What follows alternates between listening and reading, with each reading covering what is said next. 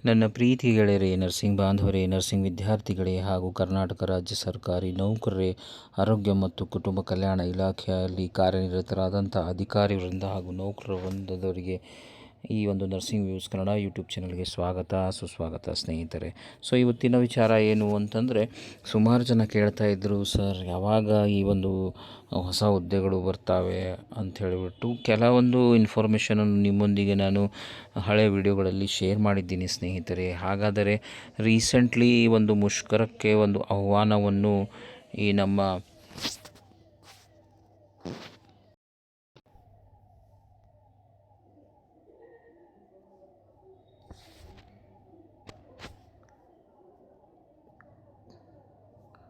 ಖಾಲಿ ಹುದ್ದೆಗಳ ನೇಮಕಾತಿ ಬಗ್ಗೆ ಸುಮಾರು ಜನ ಯಾವಾಗ ನಾವು ವಿಡಿಯೋ ಮಾಡಿ ಹೊಸದಾಗಿ ಹಾಕ್ತೀವಿ ಸ್ನೇಹಿತರೆ, ಆ ಕೂಡಲೇ ಒಂದು ಕಾಮೆಂಟಲ್ಲಿ ಕೇಳೋದು ಏನು ಅಂತಂದರೆ, ಖಾಲಿ ಹುದ್ದೆಗಳ ನೇಮಕಾತಿ ಯಾವಾಗ ಆಗುತ್ತೆ, ಹೊಸ ಹುದ್ದೆಗಳು ಯಾವಾಗ ಬರ್ತವೆ, ನರ್ಸಿಂಗ್ ಹುದ್ದೆಗಳು ಯಾವಾಗ ಬರ್ತವೆ, ಇನ್ನಿತರ ಹುದ್ದೆಗಳು ಯಾವಾಗ ಬರ್ತವೆ, ಡಾಕ್ಟರ್ಸ್ ಹುದ್ದೆಗಳು ಯಾವಾಗ ಬರ್ತವೆ ಎನ್ನುವಂಥ ಕಾಮೆಂಟಲ್ಲಿ ಇರುತ್ತೆ ಸ್ನೇಹಿತರೆ. ಸೊ ಈ ರೀಸೆಂಟ್ಲಿ ನಾವು ನೋಡಿದಾಗ ಏನು ಅಂತಂದರೆ, ಈ ಒಂದು ವೈದ್ಯಾಧಿಕಾರಿಗಳ ಸಂಘ ಮತ್ತು ಪ್ರತಿಯೊಂದು ಸಂಘಗಳು ಕೂಡಿಕೊಂಡು ಸರ್ಕಾರಕ್ಕೆ ಮನವಿ ಸಲ್ಲಿಸಿದ್ರು. ಬೇಡಿಕೆಗಳು ಈಡೇರಿಕೆಗೋಸ್ಕರ ಒಂದು ಮನವಿಯನ್ನು ಸಲ್ಲಿಸಿದರು.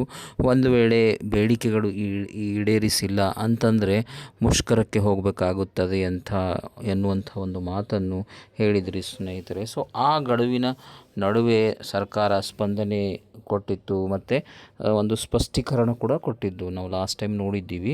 ಸೊ ಆ ಸ್ಪಷ್ಟೀಕರಣದಲ್ಲಿ ಒಂದು ಕ್ವಶನ್ ಇತ್ತು, ಏನು ಅಂತಂದರೆ, ಈ ವೈದ್ಯಾಧಿಕಾರಿಗಳ ಸಂಘದ ವತಿಯಿಂದ ಹಾಗೂ ಎಲ್ಲ ಸಂಘಗಳ ಒಂದು ಪ್ರಶ್ನೆ ಏನಿತ್ತು ಅಂತಂದರೆ, ಖಾಲಿ ಹುದ್ದೆಗಳ ನೇಮಕಾತಿ ಯಾವಾಗ ಎನ್ನುವುದು. ಅದರ ಬನ್ನಿ ನೋಡೋಣ ಆ ಪ್ರಶ್ನೆ ಏನಿದೆ ಅಂತ ಹೇಳಿಬಿಟ್ಟು. ಇಲಾಖೆಯಲ್ಲಿರುವ ವೈದ್ಯರು ಹಾಗೂ ಸಿಬ್ಬಂದಿಗಳ ಖಾಲಿ ಹುದ್ದೆಗಳನ್ನು ಕಾಲಕಾಲಕ್ಕೆ ಭರ್ತಿ ಮಾಡಿರುವುದಿಲ್ಲ ಅಂತಂದರೆ, ಇಲಾಖೆಯಲ್ಲಿರುವಂತಹ ವೈದ್ಯಾಧಿಕಾರಿಗಳಾಗಲಿ ಅಥವಾ ಸಿಬ್ಬಂದಿ ವರ್ಗದವರಾಗಲಿ ಅವರ ಹುದ್ದೆಗಳು ಕಾಲಕಾಲಕ್ಕೆ ಭರ್ತಿ ಮಾಡಿರಲಿಲ್ಲ. ಸೊ ಆರೋಗ್ಯ ಇಲಾಖೆಯಲ್ಲಿ 1998ರಲ್ಲಿನ ಅಂಕಿ ಅಂಶಗಳ ಆಧಾರದ ಮೇಲೆ ಹುದ್ದೆಗಳನ್ನು ಸೃಜಿಸಲಾಗಿತ್ತು. ತದನಂತರ ಜನಸಂಖ್ಯೆ ಗಣನೀಯವಾಗಿ ಹೆಚ್ಚಾಗಿದ್ದರೂ ಸಹ ಯಾವುದೇ ಹೊಸ ಹುದ್ದೆಗಳನ್ನು ಇದುವರೆಗೂ ಸೃಜಿಸಿರುವುದಿಲ್ಲ ಅಂತಂದರೆ ಕ್ರಿಯೇಟ್ ಮಾಡಲಿಲ್ಲ ಎನ್ನುವಂಥ ಮಾತನ್ನು ಹೇಳ್ತಾ ಇದ್ದಾರೆ ಸ್ನೇಹಿತರೆ. ಆರೋಗ್ಯ ಇಲಾಖೆಯಲ್ಲಿ ಸುಮಾರು 1998ರಲ್ಲಿನ ಅಂಕಿಅಂಶದ ಪ್ರಕಾರ ಏನು ಹುದ್ದೆಗಳಿದ್ದಾವೆ ಅದು ಬಿಟ್ಬಿಟ್ಟು ಇವಾಗ 2026 ನಡೀತಾ ಇದೆ. ಸೊ ಹೊಸ ಹುದ್ದೆಗಳ ಬಗ್ಗೆ ಯಾವುದೇ ರೀತಿಯಾದಂಥ ವಿವರವೂ ಇಲ್ಲ ಅಥವಾ ಸೃಜಿಸಿಲ್ಲ ಎನ್ನುವಂಥ ಮಾತನ್ನು ಹೇಳ್ತಾ ಇದ್ದಾರೆ.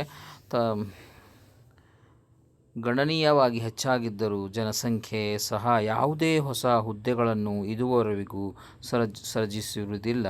ಅಲ್ಲದೆ ಈ ಹಿಂದೆ ಸೃಜಿಸಿರುವ ಹುದ್ದೆಗಳಲ್ಲಿ 40% ಖಾಲಿ ಇದ್ದು ಇದುವರೆಗೂ ಭರ್ತಿ ಮಾಡದಿರುವುದಿಲ್ಲ. ಇದರಿಂದ ವೈದ್ಯರು ಮತ್ತು ಸಿಬ್ಬಂದಿಗಳ ಮೇಲೆ ಅತೀವ ಕೆಲಸದ ಒತ್ತಡ ಉಂಟಾಗುತ್ತಿದೆ. ಆರೋಗ್ಯ ಇಲಾಖೆಯು ಸೇವಾ ಇಲಾಖೆಯಾಗಿದ್ದು ಸಾರ್ವಜನಿಕರ ಜೊತೆ ನಿರಂತರ ಸಂಪರ್ಕವಿರುವ ಇಲಾಖೆಯಾಗಿದ್ದು ಕಾಲಕಾಲಕ್ಕೆ ಹುದ್ದೆಗಳನ್ನು ಭರ್ತಿ ಮಾಡಿದರೆ ಸಾರ್ವಜನಿಕರಿಗೆ ಉತ್ತಮ ಸೇವೆಯನ್ನು ನೀಡಬಹುದಾಗಿದೆ. ಅಂತಂದರೆ 1998 ಏನು ಒಂದು ರಚನೆಯಾಗಿತ್ತು, ಅದರ ಅನುಗುಣವಾಗಿ ಹುದ್ದೆಗಳಿದ್ದವು. ಅದಲ್ಲದೆ ಕಾಲಕಾಲಕ್ಕೆ ತಿದ್ದುಪಡಿಗಳು ಮಾಡಿದ್ದಾರೆ. ಆದರೂ ಸಹ ಸುಮಾರು 40% ಹುದ್ದೆಗಳು ಖಾಲಿ ಇದ್ದಾವೆ. ಆ 40% ಹುದ್ದೆಗಳನ್ನು ಇದುವರೆಗೂ ಫಿಲಪ್ ಮಾಡಿಲ್ಲ ಎನ್ನುವಂಥ ಮಾತನ್ನು ಹೇಳ್ತಾ ಇದ್ದಾರೆ. ಇದರಿಂದ ಯಾರು ಸ್ಟಾಫ್ ಕೆಲಸ ಮಾಡ್ತಾ ಇದ್ದಾರೆ ಅಥವಾ ಡಾಕ್ಟರ್ಸ್ ಕೆಲಸ ಮಾಡ್ತಾ ಇದ್ದಾರೆ ಅವರ ಮೇಲೆ ಸ್ವಲ್ಪ ಒತ್ತಡ ಬಿಡುತ್ತೆ. ಆಮೇಲೆ ನಾವು ಈ ಒಂದು ಸರ್ವಿಸ್ ಓರಿಯೆಂಟೆಡ್ ಇರುವಂಥ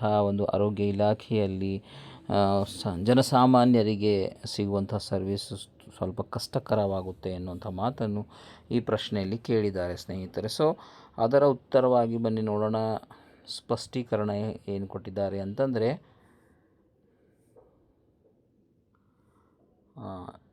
ಖಾಲಿ ಹುದ್ದೆಗಳ ನೇಮಕಾತಿ ಇದರ ಸ್ಪಷ್ಟೀಕರಣ. ಆರೋಗ್ಯ ಮತ್ತು ಕುಟುಂಬ ಕಲ್ಯಾಣ ಇಲಾಖೆಯಲ್ಲಿ ಬಹಳಷ್ಟು ಆರೋಗ್ಯ ಸಂಸ್ಥೆಗಳು ಮಾನದಂಡಕ್ಕಿಂತ ಹೆಚ್ಚು ಮಂಜೂರಾಗಿದ್ದು, ಉದಾಹರಣೆಗೆ ಜನಸಂಖ್ಯೆಗೆ ಹೋಲಿಸಿದಾಗ ರಾಜ್ಯದಲ್ಲಿ ಸುಮಾರು 500ಕ್ಕಿಂತ ಹೆಚ್ಚು ಪ್ರಾಥಮಿಕ ಆರೋಗ್ಯ ಕೇಂದ್ರಗಳು ಹೆಚ್ಚುವರಿಯಾಗಿ ಮಂಜೂರಾಗಿರುತ್ತದೆ. ಅಂತಂದರೆ ಆರೋಗ್ಯ ಮತ್ತು ಕುಟುಂಬ ಕಲ್ಯಾಣ ಇಲಾಖೆಯಲ್ಲಿ ಆರೋಗ್ಯ ಸಂಸ್ಥೆಗಳು PHC, CHC, 100 ಬೆಡ್ MCH ಹಾಸ್ಪಿಟಲ್ಗಳು, ತಾಲೂಕಾ ಹಾಸ್ಪಿಟಲ್ಗಳು, ಜಿಲ್ಲಾ ಆಸ್ಪತ್ರೆಗಳು ಇವೆಲ್ಲ ನೋಡಿದಾಗ ಸ್ವಲ್ಪ ಹೆಚ್ಚಿನ ಮಟ್ಟಿಗೆ ಆಲ್ರೆಡಿ ಮಂಜೂರಾಗಿದ್ದಾವೆ ಎನ್ನುವಂಥ ಮಾತನ್ನು ಪ್ರತಿ ಉತ್ತರದಲ್ಲಿ ಹೇಳ್ತಾ ಇದ್ದಾರೆ. ಇದೇ ರೀತಿ ಬಹಳಷ್ಟು ಸಂಸ್ಥೆಗಳಲ್ಲಿನ ವೈದ್ಯರಿಗೆ ಹಾಗೂ ಸಿಬ್ಬಂದಿಗಳಿಗೆ ಅಪೇಕ್ಷಿತ ಮಟ್ಟದ ರೋಗಿಗಳ ಸಂಖ್ಯೆ ಪೇಷಂಟ್ ಲೋಡ್ ಇರುವುದಿಲ್ಲ. ಅಂತಂದರೆ ಎಷ್ಟು ಪೇಷಂಟ್ ಲೋಡ್ ಬೇಕು ಆ್ಯಸ್ ಪರ್ ದ ಡಾಟಾ ಅಷ್ಟು ಪೇಷಂಟ್ ಲೋಡ್ ಇಲ್ಲ ಎನ್ನುವುದನ್ನು ಹೇಳ್ತಾ ಇದ್ದಾರೆ. ಆದುದರಿಂದ ಬಹಳಷ್ಟು ಹುದ್ದೆಗಳು ಖಾಲಿ ಇವೆ ಎಂದು ಅನಿಸಿದ್ದರೂ ಸಹ ವೈದ್ಯರು ಮತ್ತು ಸಿಬ್ಬಂದಿಗಳನ್ನು ಅಗತ್ಯವಿರುವ ಸಂಸ್ಥೆಗಳಿಗೆ ಸ್ಥಳಾಂತರ ರೀಡಿಪ್ಲಾಯ್ ಮಾಡುವ ಅಗತ್ಯ ಇರುತ್ತದೆ. ಅಂತಂದರೆ ಎಲ್ಲಿ ಕೆಲವೊಂದು ಪ್ಲೇಸ್ಗಳಲ್ಲಿ ಪೇಷಂಟ್ ಲೋಡ್ ಇಲ್ಲ, ಅದನ್ನು ನೋಡಿಕೊಂಡು ನಾವು ರೀಡಿಪ್ಲಾಯ್ಮೆಂಟ್ ಮಾಡುವಂಥ ಕಾರ್ಯವನ್ನು ಮಾಡ್ತಾ ಇದ್ದೀವಿ ಎನ್ನುವಂಥದ್ದು ಹೇಳ್ತಾ ಇದ್ದಾರೆ. ಅಗತ್ಯತೆ ಇರುತ್ತದೆ. ಈ ಕೆಲಸವನ್ನು ಈಗಾಗಲೇ ಕೆಲವು ಮಟ್ಟಿಗೆ ಅನುಷ್ಠಾನಗೊಳಿಸಲಾಗಿದೆ ಮತ್ತು ಈ ಮುಂದಿನ ದಿನಗಳಲ್ಲಿ ಇದನ್ನು ಪೂರ್ಣಗೊಳಿಸಿದ್ದಲ್ಲಿ ಬಹಳಷ್ಟು ಕೊರತೆಯನ್ನು ಇಲಾಖೆಯಲ್ಲಿ ಸಂಪನ್ಮೂಲಗಳಿಂದಲೇ ನಿವಾರಿಸಲು ಸಾಧ್ಯವಿರುತ್ತದೆ. ಸೊ ಇಂಟರ್ನಲ್ ಮ್ಯಾಟ್ರ್ ನಾವು ಏನು ರೀಅಡ್ಜಸ್ಟ್ ಮಾಡಬಹುದು ಎನ್ನುವಂಥದ್ದನ್ನು ಹೇಳ್ತಾ ಇದ್ದಾರೆ. ಈ ಪ್ರಯತ್ನಗಳು ಅಲ್ಲದೆ ಇಲಾಖೆಯಲ್ಲಿ ಇತ್ತೀಚಿನ ಕಳೆದ 1 ವರ್ಷದ ಅವಧಿಯಲ್ಲಿ ಸುಮಾರು 7,000 ಖಾಲಿ ಹುದ್ದೆಗಳನ್ನು ಭರ್ತಿ ಮಾಡಲು ಕ್ರಮ ತೆಗೆದುಕೊಳ್ಳಲಾಗಿದೆ. ಅದಲ್ಲದೆ ಸುಮಾರು 7,000 ಹುದ್ದೆಗಳನ್ನು ಈ ಹಿಂದೆ 1 ವರ್ಷದಲ್ಲಿ ಖಾಲಿ ಹುದ್ದೆ ಭರ್ತಿ ಮಾಡಲು ಕ್ರಮವನ್ನು ತೆಗೆದುಕೊಳ್ಳಲಾಗಿದೆ ಎನ್ನುವಂಥ ಮಾತನ್ನು ಹೇಳ್ತಾ ಇದ್ದಾರೆ. ಸುಮಾರು 1,400 ವೃಂದ ವೈದ್ಯರುಗಳನ್ನು ಕಡ್ಡಾಯ ವೈದ್ಯಕೀಯ ಸೇವೆ ಕಾಯ್ದೆಯಡಿಯಲ್ಲಿ ಕಾನೂನಿನ ಅಡಿಯಲ್ಲಿ ಸೂಕ್ತ ಬದಲಾವಣೆ ತರುವ ಮುಖಾಂತರ ಯಶಸ್ವಿಯಾಗಿ ಮಾಡಲಾಗಿರುತ್ತದೆ. ಅಂತಂದರೆ ಸುಮಾರು 1,400 ಏನು ವೈದ್ಯರುಗಳಿದ್ದಾರೆ ಅವರಿಗೆ ಕಡ್ಡಾಯ ಈ ಒಂದು ಸೇವೆ ಕಾನೂನಿನ ಅಡಿಯಲ್ಲಿ ಸೂಕ್ತ ಬದಲಾವಣೆ ತರುವ ಮುಖಾಂತರ ಯಶಸ್ವಿಯಾಗಿ ಮಾಡಲಾಗಿರುತ್ತದೆ.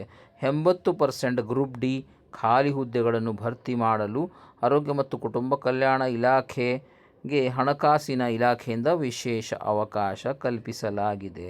ಅಂತಂದರೆ ಸುಮಾರು 80% ಗ್ರೂಪ್ ಡಿಗಳನ್ನು ನಾವು ತಗೋಬಹುದು ಎನ್ನುವಂಥದ್ದು ಈವನ್ ಹಣಕಾಸು ಇಲಾಖೆಯಿಂದ ಕೂಡ ಅನುಮೋದನೆ ನೀಡಲಾಗಿದೆ. ಇಲಾಖೆಯಲ್ಲಿ ಕಲ್ಯಾಣ ಕರ್ನಾಟಕ ವೃಂದದ 320 ಹಾಗೂ ಮಿಕ್ಕುಳಿದ ವೃಂದದ 588 ವಿವಿಧ ಅರೆ ವೈದ್ಯಕೀಯ ಹುದ್ದೆಗಳನ್ನು ಭರ್ತಿ ಮಾಡಲು ಆಯ್ಕೆಯಾದ ಅಭ್ಯರ್ಥಿಗಳಿಗೆ ನೇಮಕಾತಿ ಆದೇಶಗಳನ್ನು ಮಾನ್ಯ ಮುಖ್ಯಮಂತ್ರಿಗಳು ಕರ್ನಾಟಕ ಸರ್ಕಾರರವರು ದಿನಾಂಕ 21/2/2026 ವಿತರಿಸಿರುತ್ತಾರೆ. ಅಂತಂದರೆ ಹುದ್ದೆಗಳಿಲ್ಲ ಅನ್ನುವುದು ತಪ್ಪಾಗುತ್ತದೆ ಎನ್ನುವಂಥ ಮಾತಿನ ಪ್ರಕಾರ ಇವರೇನು ಹೇಳ್ತಾ ಇದ್ದಾರೆ ಅಂತಂದರೆ ಆಲ್ರೆಡಿ ರೀಡಿಪ್ಲಾಯ್ಮೆಂಟ್ ಮಾಡ್ತಾ ಇದ್ದೀವಿ, ಆಮೇಲೆ ಈ ಒಂದು 80% ಗ್ರೂಪ್ ಡಿಗಳ ಹುದ್ದೆ ತಗೊಳ್ಳಿಕ್ಕೆ ಇದ್ದೀವಿ. ಅದಲ್ಲದೆ ಈ ಒಂದು ಕಲ್ಯಾಣ ಕರ್ನಾಟಕ ಇಲಾಖೆಯ 320 ಮಿಕ್ಕುಳಿದ ವೃಂದ 588 ವಿವಿಧ ಅರೆ ವೈದ್ಯಕೀಯ ಪ್ಯಾರಾಮೆಡಿಕಲ್ ಹುದ್ದೆಗಳನ್ನು ಭರ್ತಿ ಮಾಡಲು ಆಯ್ಕೆಯಾದ ಅಭ್ಯರ್ಥಿಗಳಿಗೆ ನೇಮಕಾತಿ ಆದೇಶಗಳನ್ನು ಮಾನ್ಯ ಮುಖ್ಯಮಂತ್ರಿಯವರು ದಿನಾಂಕ 21/2/2026 ವಿತರಿಸಿರುತ್ತಾರೆ. ಅದಲ್ಲದೆ 100 ವೈದ್ಯರು ಹಾಗೂ 120 ತಜ್ಞ ವೈದ್ಯರುಗಳ ನೇಮಕಾತಿಗಾಗಿ ಪ್ರಸ್ತಾವನೆಯನ್ನು ಸಲ್ಲಿಸಲಾಗಿದೆ. ಅಂತಂದರೆ ಈ ನೆಕ್ಸ್ಟ್ 100 ವೈದ್ಯರು ಹಾಗೂ 120 ತಜ್ಞ ವೈದ್ಯರು ಸ್ಪೆಷಲಿಸ್ಟ್ ಹುದ್ದೆಗಳ ನೇಮಕಾತಿಗಾಗಿ ಪ್ರಸ್ತಾವನೆಯನ್ನು ಈಗಾಗಲೇ ಸಲ್ಲಿಸಲಾಗಿದೆ. ಇಲಾಖೆಯಲ್ಲಿ ಖಾಲಿ ಇರುವ 1,205 ಪ್ರಾಥಮಿಕ ಆರೋಗ್ಯ ಸುರಕ್ಷಾಧಿಕಾರಿಗಳು ಹಾಗೂ 300 ಆರೋಗ್ಯ ನಿರೀಕ್ಷಣಾಧಿಕಾರಿಗಳ ಹುದ್ದೆಗಳನ್ನು ಭರ್ತಿ ಮಾಡಲು ಆರ್ಥಿಕ ಇಲಾಖೆ ಅನುಮೋದಿಸಿದ್ದು, ಅದರ ಅನ್ವಯ ಶೀಘ್ರವಾಗಿ ಭರ್ತಿ ಮಾಡಲು ಕ್ರಮ ವಹಿಸಲಾಗುತ್ತಿದೆ.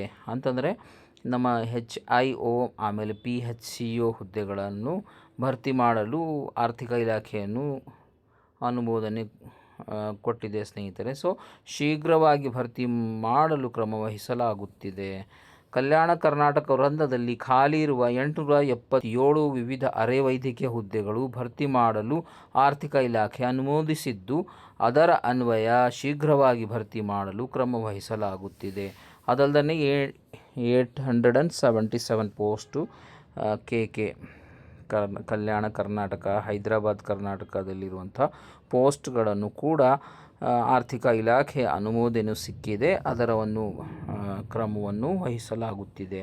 ಉಳಿದಂತೆ 400 ಫಾರ್ಮಸಿ ಅಧಿಕಾರಿ ಹಾಗೂ 400 ಕಿರಿಯ ಆರೋಗ್ಯ ಪ್ರಯೋಗಶಾಲಾ ತಾಂತ್ರಿಕ ಅಧಿಕಾರಿ ಹುದ್ದೆಗಳನ್ನು ಹೊರಗುತ್ತಿಗೆ ಆಧಾರದ ಮೇಲೆ ನೇಮಕಾತಿ ಮಾಡಲು ಆರ್ಥಿಕ ಇಲಾಖೆಯು ಸಹಮತಿಸಿದ್ದು, ಅದರ ಅನ್ವಯ ಜಿಲ್ಲಾ ಆರೋಗ್ಯ ಮತ್ತು ಕುಟುಂಬ ಕಲ್ಯಾಣ ಅಧಿಕಾರಿ, ಜಿಲ್ಲಾ ಶಸ್ತ್ರಚಿಕಿತ್ಸಕರುಗಳ ಮುಖಾಂತರ ಭರ್ತಿ ಮಾಡಿಕೊಳ್ಳಲು ಕ್ರಮ ವಹಿಸಲಾಗುತ್ತಿದೆ. ಅಂತಂದರೆ ಮುಂದುವರೆದು 400 ಲ್ಯಾಬ್ ಟೆಕ್ನಿಷಿಯನ್ಗಳು, ಆಮೇಲೆ 400 ಫಾರ್ಮಸಿ ಅಧಿಕಾರಿಗಳ ಹುದ್ದೆಗಳನ್ನು ಕೂಡ ಔಟ್ಸೋರ್ಸ್ ಮುಖಾಂತರ ಈ ಒಂದು ಭರ್ತಿ ಮಾಡುವ ಕಾರ್ಯವನ್ನು ಪ್ರಗತಿಯಲ್ಲಿದೆ. ಅಥವಾ ನಮ್ಮ ಜಿಲ್ಲಾ ಆರೋಗ್ಯ ಮತ್ತು ಕುಟುಂಬ ಕಲ್ಯಾಣ ಅಧಿಕಾರಿ, ಜಿಲ್ಲಾ ಶಸ್ತ್ರಚಿಕಿತ್ಸಕರುಗಳ ಮುಖಾಂತರ ಭರ್ತಿ ಮಾಡಿಕೊಳ್ಳಲು ಕ್ರಮ ವಹಿಸಲಾಗುತ್ತಿದೆ ಅನ್ನುವಂಥ ಮಾತನ್ನು ಹೇಳ್ತಾ ಇದ್ದಾರೆ ಸ್ನೇಹಿತರೆ.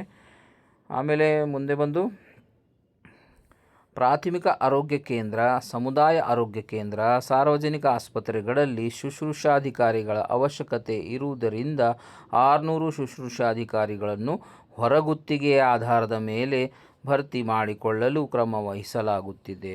ಅಂತಂದರೆ ಈ ಒಂದು ನಮ್ಮ ಶುಶ್ರೂಷಾಧಿಕಾರಿಗಳ 600 ಶುಶ್ರೂಷಾಧಿಕಾರಿಗಳನ್ನು ಹೊರಗುತ್ತಿಗೆ ಆಧಾರದ ಮೇಲೆ ಈ ನಮ್ಮ PHC CHCಗಳಲ್ಲಿ ರಿಕ್ವೈರ್ಮೆಂಟ್ ಇರುವುದರಿಂದ ಒಂದು ಕ್ರಮವನ್ನು ವಹಿಸಲಾಗುತ್ತಿದೆ.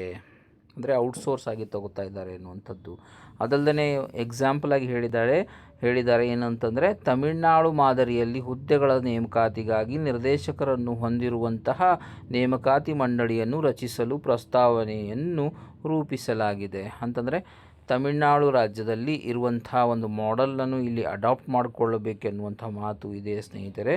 ಹುದ್ದೆಗಳ ನೇಮಕಾತಿಗಾಗಿ ನಿರ್ದೇಶಕರು ಡೈರೆಕ್ಟರ್ ಹೊಂದಿರುವಂತಹ ನೇಮಕಾತಿ ಮಂಡಳಿಯನ್ನು ರಚಿಸಲು ಪ್ರಸ್ತಾವನೆಯನ್ನು ರೂಪಿಸಲಾಗಿದೆ. ಇನ್ ಫ್ಯೂಚರಲ್ಲಿ ಇದಿರ್ಬೋದು ಸ್ನೇಹಿತರೆ. ಸೊ ಪ್ರಸ್ತುತ ನೋಡಿದರೆ HIO PHCO ಪೋಸ್ಟ್ಗಳು ಬರ್ತಾ ಇದ್ದಾವೆ. ಅದಲ್ಲದೆ 877 ಕಲ್ಯಾಣ ಕರ್ನಾಟಕದ ವಿವಿಧ ಪ್ಯಾರಾಮೆಡಿಕಲ್ ಪೋಸ್ಟ್ ಬರ್ತಾ ಇದ್ದಾವೆ. ಅದಲ್ಲದೆ ಸುಮಾರು 600 ಶುಶ್ರೂಷಾಧಿಕಾರಿಗಳು, ನರ್ಸಿಂಗ್ ಆಫೀಸರ್ಗಳ ಪೋಸ್ಟು ಹೊರಗುತ್ತಿಗೆ ಆಧಾರದ ಮೇಲೆ ಬರ್ತಾ ಇದ್ದಾವೆ. ಅದಲ್ಲದೆ 80% ಗ್ರೂಪ್ ಡಿಗಳ ಭರ್ತಿ ಕೂಡ ಮಾಡ್ತಾ ಇದ್ದಾರೆ ಎನ್ನುವಂಥ ಒಂದು ಸ್ಪಷ್ಟನೆಯನ್ನು ಈ ಒಂದು ಸ್ಪಷ್ಟೀಕರಣ ಪತ್ರದಲ್ಲಿ ಖಾಲಿ ಹುದ್ದೆಗಳ ಬಗ್ಗೆ ಕೇಳಿದಂಥ ಪ್ರಶ್ನೆಗೆ ಉತ್ತರವಾಗಿ ಹೇಳಿದ್ದಾರೆ ಸ್ನೇಹಿತರೆ. ಸೊ ಇಷ್ಟೆಲ್ಲ ಒಂದು ಪ್ಲ್ಯಾನ್ಸ್ಗಳಿದ್ದಾವೆ. ಅದಲ್ಲದೆ ಫಾರ್ಮಸಿ ಅಧಿಕಾರಿಗಳಾಗಲಿ, ಲ್ಯಾಬ್ ಟೆಕ್ನಿಷಿಯನ್ಸ್ಗಳಾಗಲಿ 400 ಹೊರಗುತ್ತಿಗೆ ಆಧಾರದ ಮೇಲೆ ಈ ಒಂದು ಹುದ್ದೆಗಳನ್ನು ತಗೋತಾ ಇದ್ದಾರೆ ಸ್ನೇಹಿತರೆ. Thank you for watching nursing views Kannada YouTube channel.